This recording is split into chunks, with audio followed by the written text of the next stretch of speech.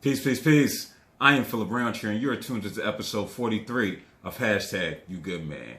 Listen, hit that subscribe button, share with a brother or a sister who could benefit from this information, and don't forget to give me some stars that show that you like the content that I'm giving, because it matters and it influences how many people this actually reaches. So again, subscribe, share, and rate a brother. So in this episode, we're going to be having a discussion on the idea of repressed memories, right? So when we talk about repressed memories, we're talking about the unconscious blocking of memories that usually is associated with high levels of stress or trauma. So it could be over a period of time. We're talking about aspects of an event or life history.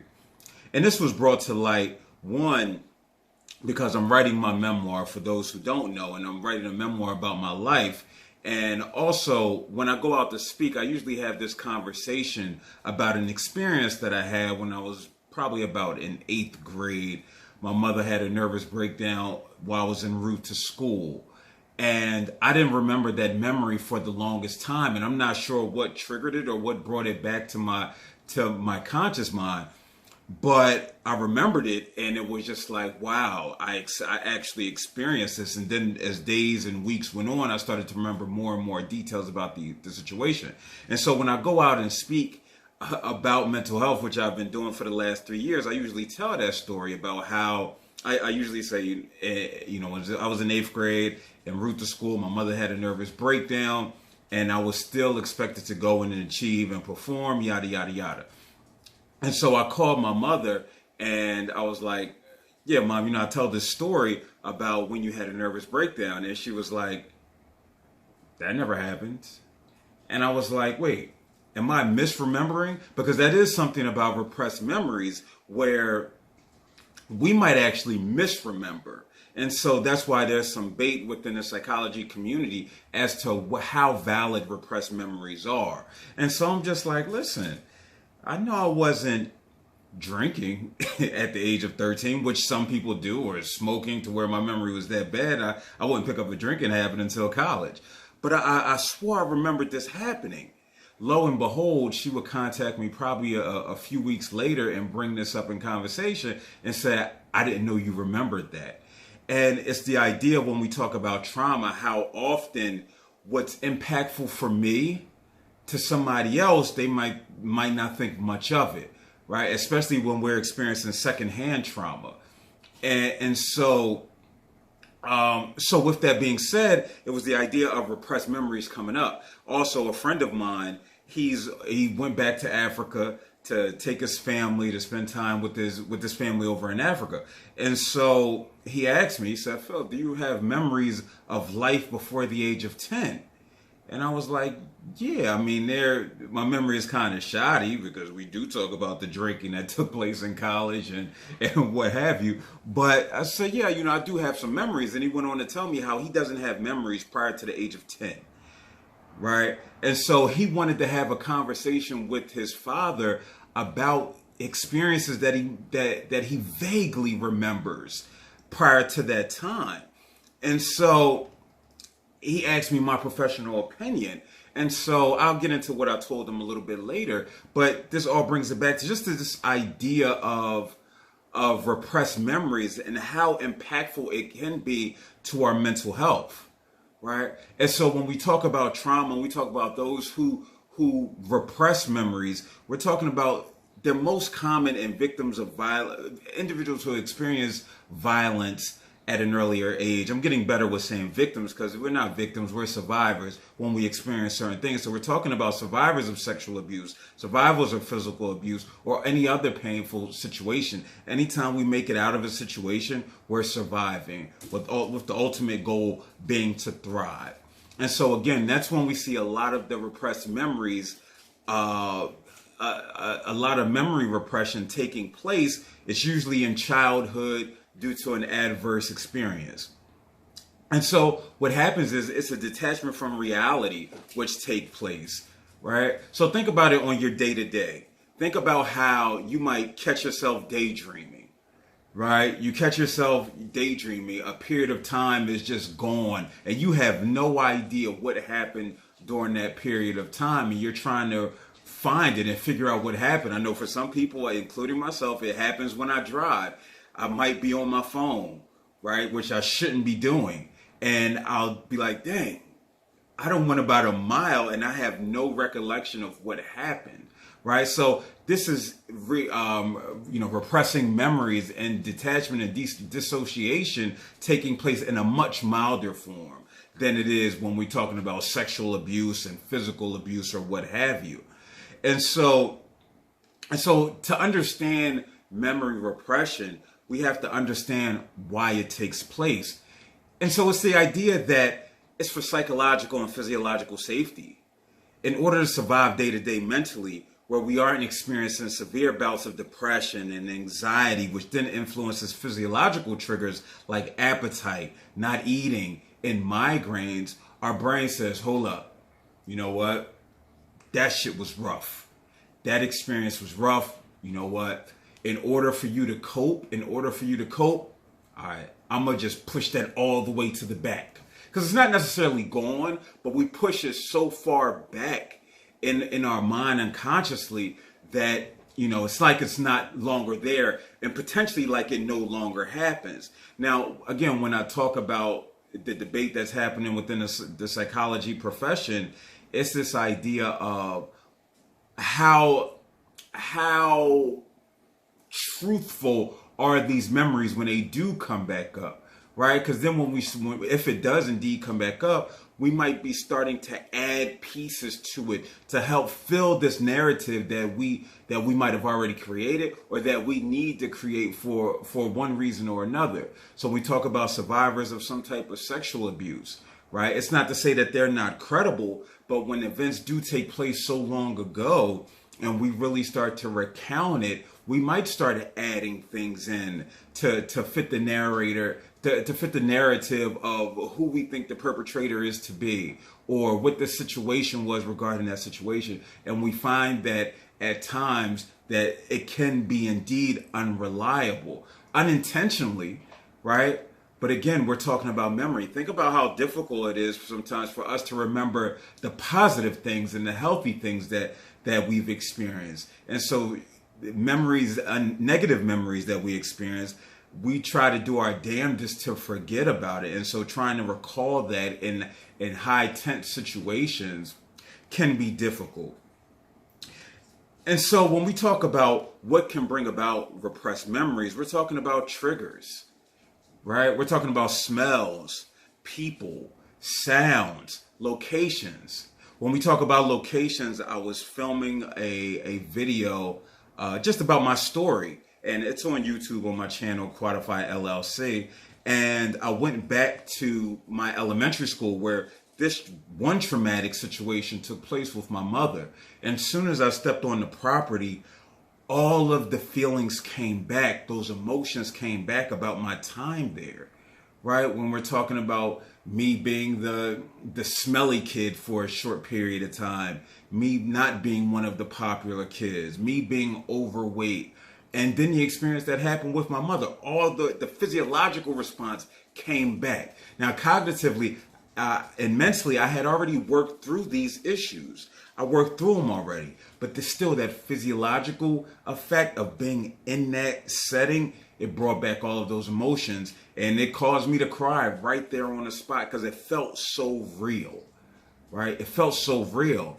And so some of the stuff wasn't necessarily repressed memories, but if I were to go back to the school and experience those things, and it did trigger that experience that happened with my mother, we could then call that a repressed memory. We're talking about smells.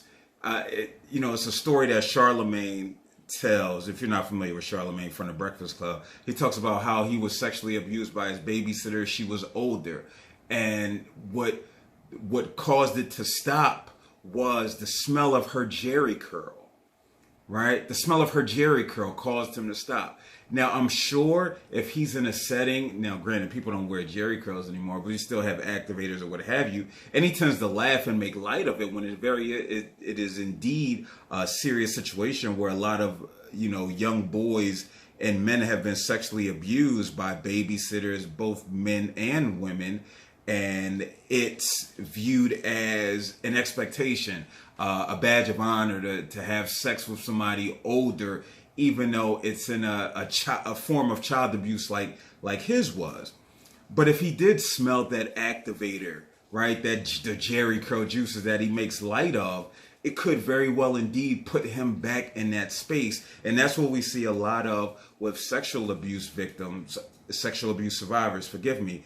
And we see that certain smells might trigger them, the smell of the cologne or the smell of the perfume or the smell of the location, if it happens somewhere outside of the home or potentially inside of the home. Locations like the basement, people can be triggered by going to a specific room, right? The attic, the basement, or various places. Then we're talking about people. There's a lot of times when survivors of some type of abuse see their perpetrator. They may see them and it may all come back to them. But the fact that it's been out of sight, out of mind, and I repress these memories just by seeing the individual may trigger specific events that happened, right? Or you can know that Mr. So-and-so or Miss So-and-so did something to me, right? But I can't recall the specifics. And then by seeing them, the specifics just hit you like a ton of bricks, right? So a lot of these things fall under the umbrella of post-traumatic stress disorder, post-traumatic PTSD. I can't get it out. It falls under PTSD because this is what we see for those, again, who've experienced any type of traumatizing situation. The effects would bring about the mental and physiological response, right? So the next question is, should we attempt to recover memories? It depends. When we talk about the situation I brought up earlier with the friend of mine who was going back to Africa to see his father, his concern was that by having the conversation with him might strain the relationship that they've worked so hard to build. And so this is what he has to do. He has to sit and measure and take inventory as to the cost and benefits of him bringing up the situation. For some people, if you're already in a good place, a solid mental health, a foundation of mental health where you're thriving and you're feeling good about it, yes, you may have questions, but it may jeopardize your mental health, then I would recommend no, right? But if you're continuously thinking about it and it's continuously on your mind and it's a part of your process and wanting to understand what took place and what happened, then you might have to bring about those memories. So again, it's about understanding what you tend to gain from it, or how it could potentially negatively impact you.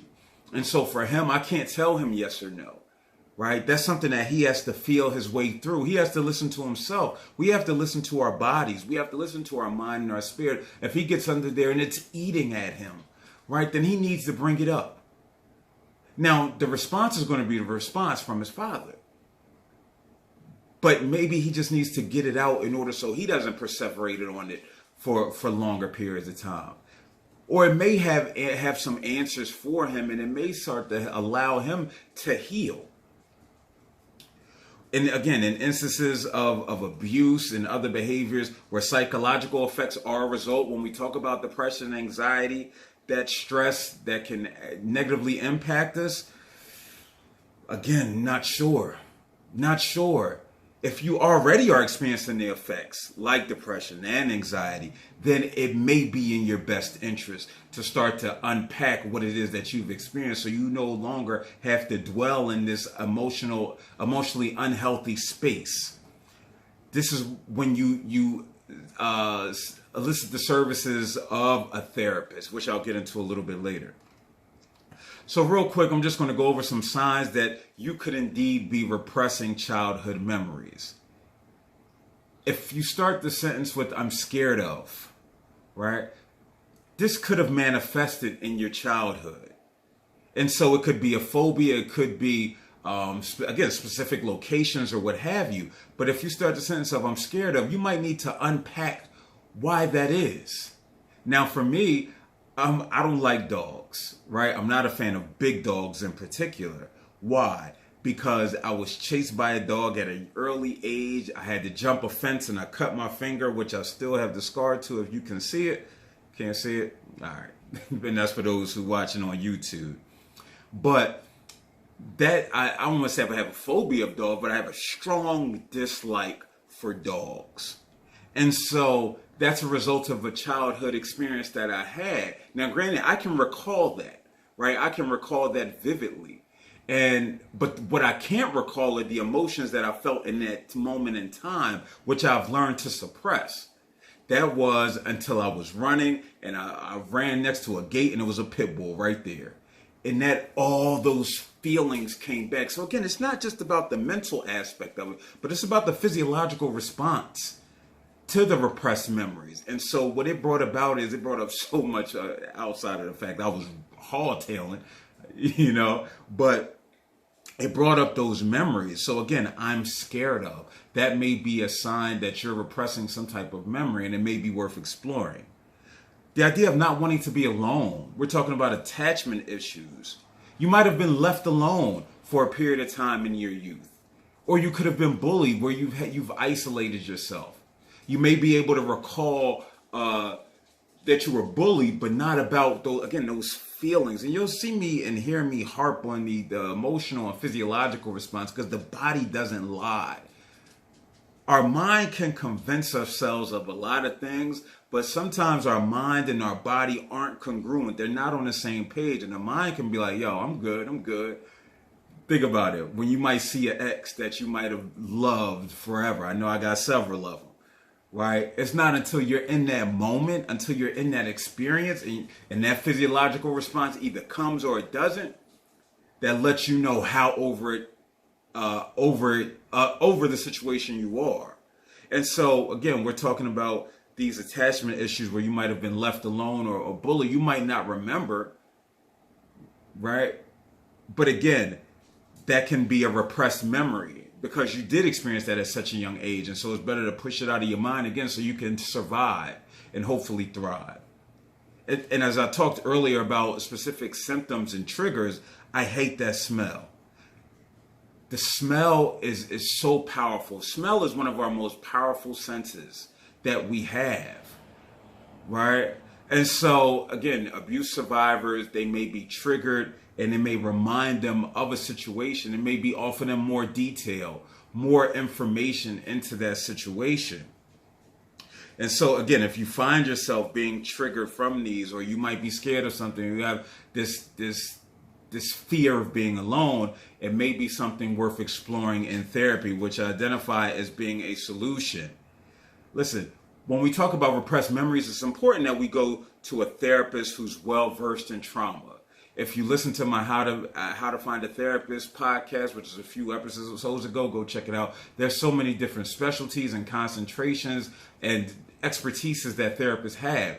Everybody isn't an expertise in working through repressed memories, because when those memories come up, you better need to know how to deal with them, especially in the instance when we're talking about sexual and physical abuse, because this can be the determinant factor as to whether a breakdown occurs or if the individual is able to work through it. And so every therapist isn't equipped for that. So you need to really do your due diligence if you are looking for a therapist, and ask the question, if you do think you're experiencing repressed memories, like, how do you work with that? What's your methodology? How will you help me work through these situations when they do come up in therapy? Will you tell me, will you encourage me to calm? Will you, do you have some type of stress ball? Do you have, what are your techniques to help me decompress and de-escalate? Is a question that we have to ask, especially if we're looking for a trauma-informed therapist. This is a delicate situation and needs to be treated as such. We can't just, when a repressed memory comes up, it's coming up for a reason. We have to truly understand why. So I advocate, if you can't go to a therapist, write it down. Write down what you're experiencing in that moment. Get it out. Get it out. Don't try to repress it. Get it out in a healthy way, right? So listen, I appreciate you all for tuning into this episode. So what I have coming up. How to succeed as a co-parenting father. I have that coming up on August 27th. If it is 1999. And what I'm going to be doing is I'm just going to be discussing what it looks like to be a parent in 2019 and beyond, and how we can succeed. How are we going to, how can we advocate better for ourselves, for our child? How can we work on our mental health during this period? How can we communicate with our co-parent? And when we say co-parent, it's not necessarily being two parents being apart. A co-parent can take place in a marriage where we have two people working together for a common goal. You can check that information out at quantifyllc.net/webinar. As always, I have wellness coaching services that I'll offer, mental and emotional wellness coaching. You could check that out at quantifyllc.net. I also have my book club that I started dedicated to men's wellness. That is at quantifyllc.net/book club.